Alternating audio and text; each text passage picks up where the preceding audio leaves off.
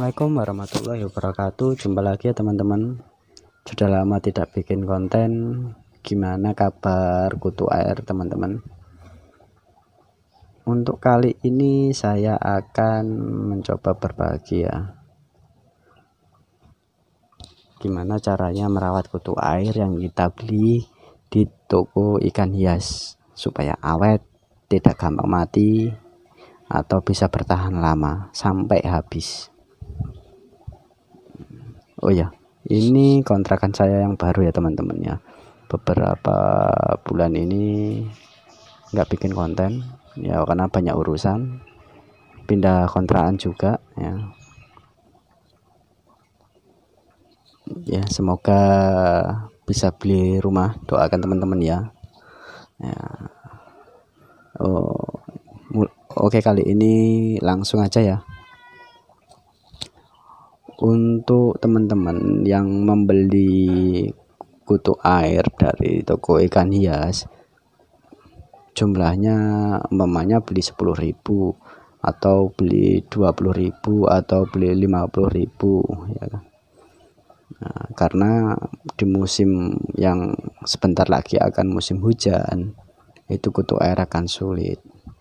Nah, mumpung ada nih, beli banyak. Nah, tapi resiko takut mati, gimana caranya? Nah, simak sebagai berikut. Yang pertama, teman-teman harus punya tempat yang luas. Seperti saya ini gunakan box styrofoam ukuran 75 x 35 ya kan, dengan ketinggian air ya kurang lebihnya seginilah, hampir penuh lah, tinggal kurang 5 cm udah penuh ya teman-teman ya. Ini bisa menampung sampai 50.000. Kalau teman-teman beli di toko ikan hias kutu air 50.000 ini masih bisa nampung. Caranya gimana supaya awet, tidak gampang mati, dan bisa nambah sedikit-sedikit ya. Yang pertama tentunya air yang digunakan itu harus air bekas ikan. Jika teman-teman tidak punya air bekas ikan ya, airnya harus diendapkan dahulu. Kalau menggunakan air bekas ikan, teman-teman beli kutu air udah punya air bekas ikan yang udah disimpan sebelumnya ya kan, itu bisa langsung dimasukkan kutu airnya. Cukup ditambahkan sawi, daun sawi itu beberapa lembar, 2 atau 3 lembar, udah biarin. Nah, jika teman-teman tidak punya EM4, tidak punya tetes tebu ya kan, bisa menggunakan pelet ikan hias ya, pelet kiloan itu bisa, atau pelet lele. Nah, seperti ini teman-teman ya, peletnya. Nah, ini direndam dulu semalam ya kan, direndam dulu semalam supaya nanti mudah disaring ya. Nah, jika udah direndam selama semalam peletnya ini, nanti dimasukkan ke serokan ini, serokan kutu air. Nah, dimasukkan ke sini, nah, kemudian diayak-ayak kan, atau digoyang-goyang di permukaan kutu airnya. Nah, sama dipencet-pencet ya supaya turun ya. Dan ukurannya kan lembut ya, kutu air bisa makan. Tapi pemberiannya jangan setiap hari. Pemberiannya 3 hari sekali saja, tidak masalah. Kalau setiap hari takutnya nanti kalau yang belum termakan amoniaknya tinggi, mengakibatkan kutu airnya mati. Seperti itu teman-teman. Berikutnya harus ada atau harus menggunakan aerator.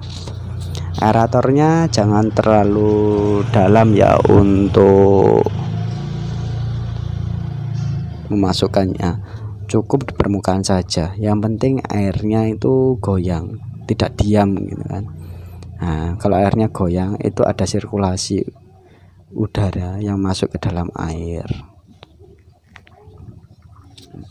Atau jika tidak nanti pelet itu kan kadang ada kandungan minyaknya dari bahan-bahannya kan ya, itu mengakibatkan nantinya seperti ada minyak atau ngelangit lah di atasnya, ya itu yang membuat kutub air mati karena tidak dapat bernafas. Solusinya dikasih aerator supaya kadar minyak yang terdapat pada pelet bisa minggir atau bisa ngendap lah, tidak di permukaan terlalu banyak. Nah, jika punya teman-teman punya E4 sama tetes tebu ya kan, E4 yang seperti biasa saya gunakan yang ini. Kalau tetes tebu 1,5 liter itu 12 sampai 15.000 ya, tergantung tempat dimana teman-teman beli.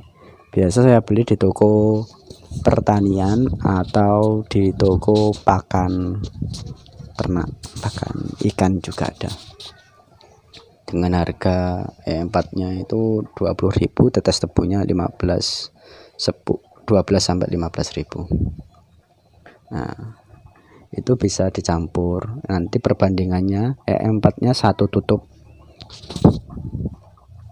yang ini ya. Untuk tetes tebunya 2 tutup ini dicampur dengan air. Yang penting jangan terlalu penuh ya teman-teman. Jika terlalu penuh nanti malah tidak dapat udara. Nah, segini contohnya ya, kira-kira seginilah. Masih ada ruang untuk pernafasan atau udara yang tersimpan ya. Dan setiap hari dikendorkan, pagi atau sore dikendorkan supaya tidak meluap ya nantinya bakal kalau ada gasnya. Jika sudah ada gasnya atau sudah mulai bereaksi, itu di permukaan sini, di permukaan ini itu terdapat buih ya kan. Di umur 3 atau 4 hari itu banyak buihnya, gasnya semakin banyak, itu harus dikendorkan tutupnya ini. Nanti kalau udah 1 minggu gasnya lama-lama akan berkurang. Kapan ini bisa mulai bisa digunakan E4 campuran tetes tebu, tidak memakai pelet ya campurannya, cuman saya memakai 2 itu saya gunakan biasa pada 3 hari setelah proses pencampuran bahan-bahan tersebut ya kan.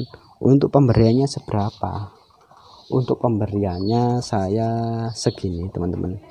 Ini tempat es krim ya, es krim cupnya nih.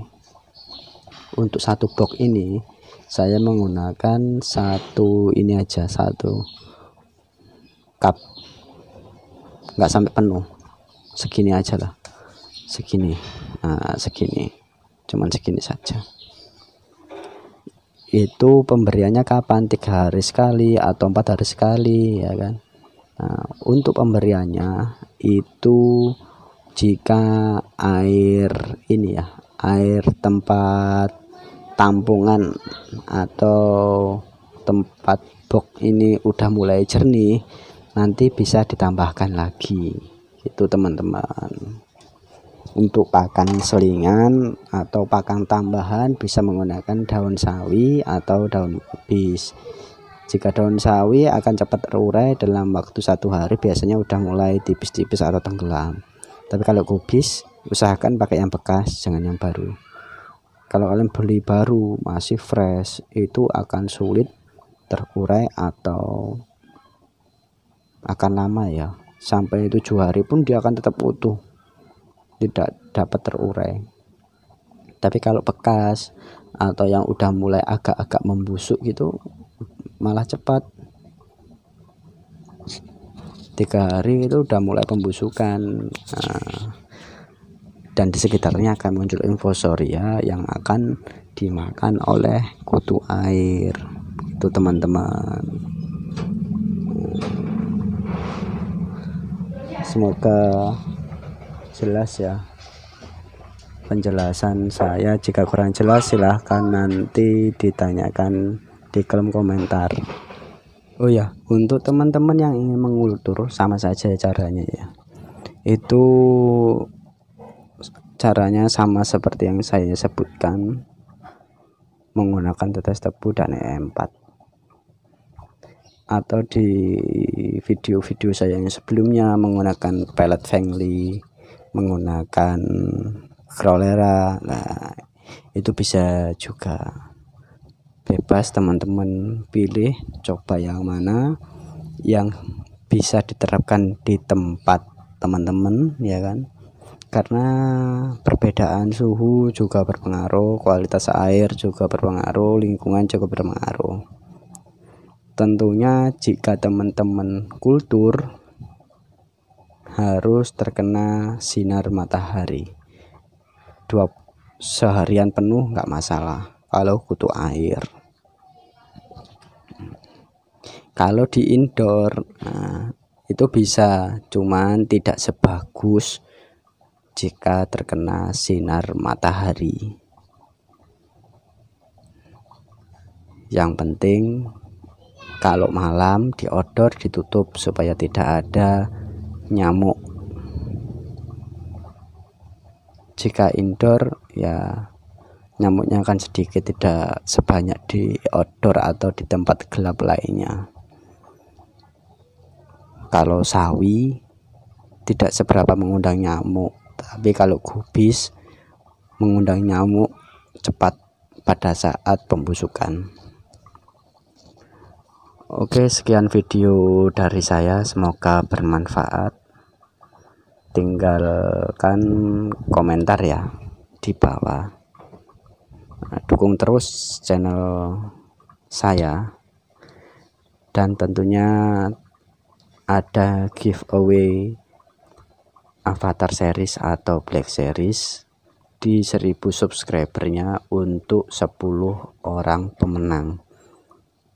Avatarnya bisa avatar biasa, bisa avatar gold ya kan, tergantung dari stok ikan di tempat saya nantinya yang ready yang mana.